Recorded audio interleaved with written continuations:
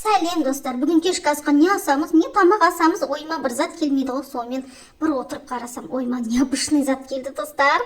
Сонымен мынандай жапырағым бар екен, үйде жап-жасыл, қиярым да бар екен, сонымен ковригім да бар екен. Ай, тоқта, мына күйеуім мен енем ондай тамақты менсінбейді, басқа тамақ жоқ па не деп сұрайды. Сонымен қойшы, мынандай баяғыда алып қойған наггетстарым бар, енем қатты жақсы көреді. Сонымен наггетстарымды духовкаға салайын. Ерінше болып кеттім мен достар. Ой, күрішімді дайындап қойдым. Сонымен қарасам, қойыңдар дедім, мыналар жеп қойыпты жуып. Соусым жоқ екен. Сонымен күйеуіме привет, пожалуйста, соус әкеп берші, пожалуйста, қылдым да соус заказ беріп тастадым. Ойбай, қызымды мектептен әкелетін уақыт болыпты ғой деп, суық дала деген сөйтіп барып келдім.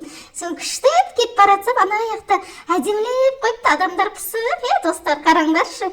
Үйге келсем, күйеуім соусын да әкеп қойыпты, қараңдар. Сонымен бастадым тамағымды. Стойкаға тұрыңдар.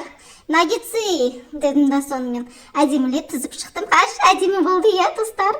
Сонымен марш дедім, духовкаға салып жібердім. Сонымен ұзын қиярымды алдым да, жуып турап бастадым сушыға.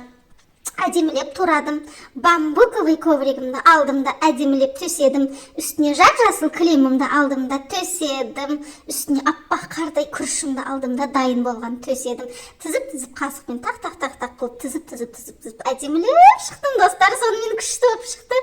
Бірінші рет жасап аттым достар. Негізі менің балдарым тек қиярмен ғана суши жейді. Сендердікі да солай ма? Басқа сушini менсінбейді, жемейді.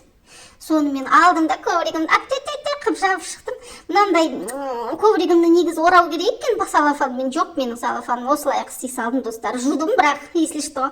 Сонымен әдемілеп подача берейін, мынаны әдемілеп подача бермесем болмайды дедім. Сонымен орыс естіп қалмайын дедім да.